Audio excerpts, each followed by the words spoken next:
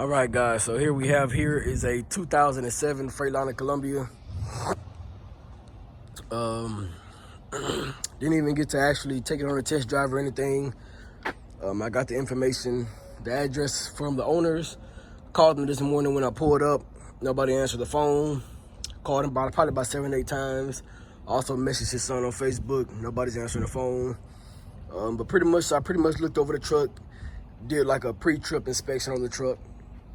First thing I noticed was there's oil mixing in the coolant tank up there. And it tells me they knew that because they unhooked the connector from the sensor. And then looking over here, there is oil splattered down here, but the engine looks pretty clean. And then we got a lot of caked up oil down here, so we got some oil leaking down over here. But what really caught my eye was when I looked over here. There's a lot of oil drippage down here. There's a lot of caked up oil over here, man. A lot of caked up oil. And then under the truck as well, man. All that is just caked up with oil. So all the suspension joints, everything is caked up with oil, man.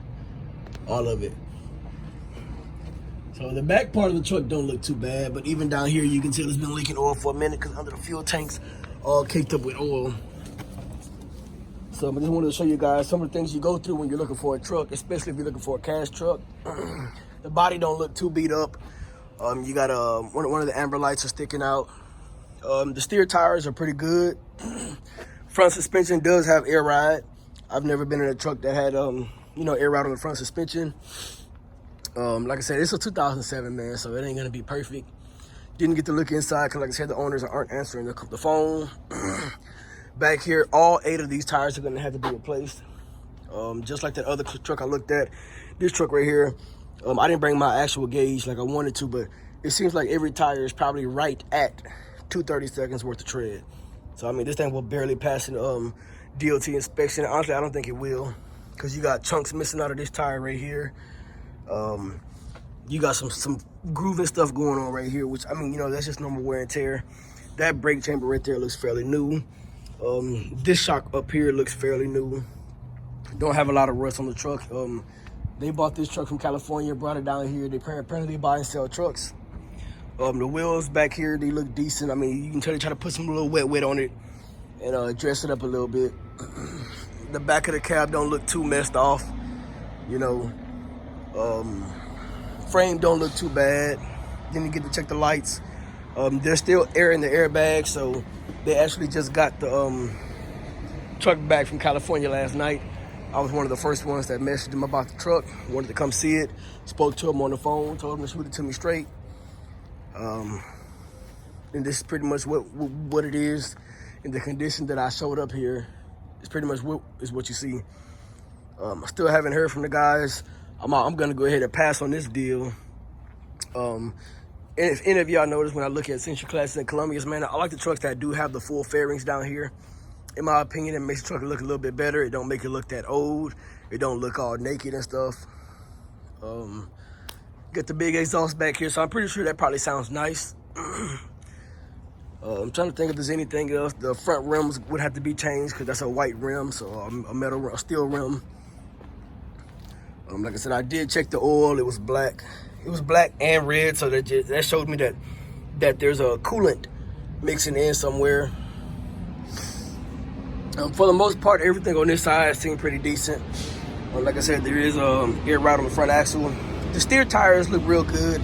They probably only been on the truck, I'd say maybe 3 or 4 months, I would assume, depending on how the truck was ran.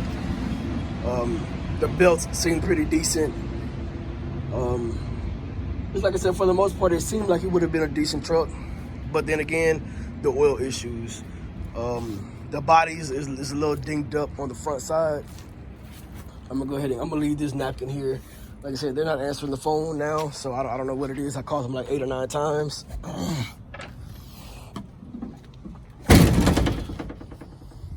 So, you got some funny stuff. The bumper and all that is a little misaligned. The lights aren't all in there. I mean, they're sitting there, but, it could be in a better condition. The mirrors look decent up there on the hood as well as on the side.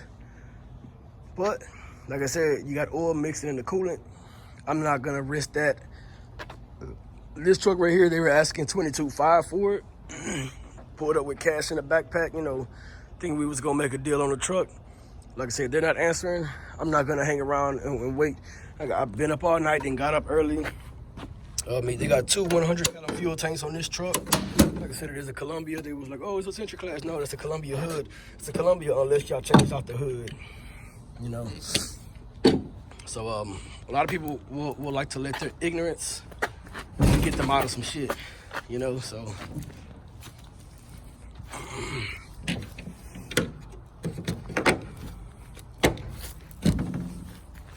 But you see, you got that hole right there.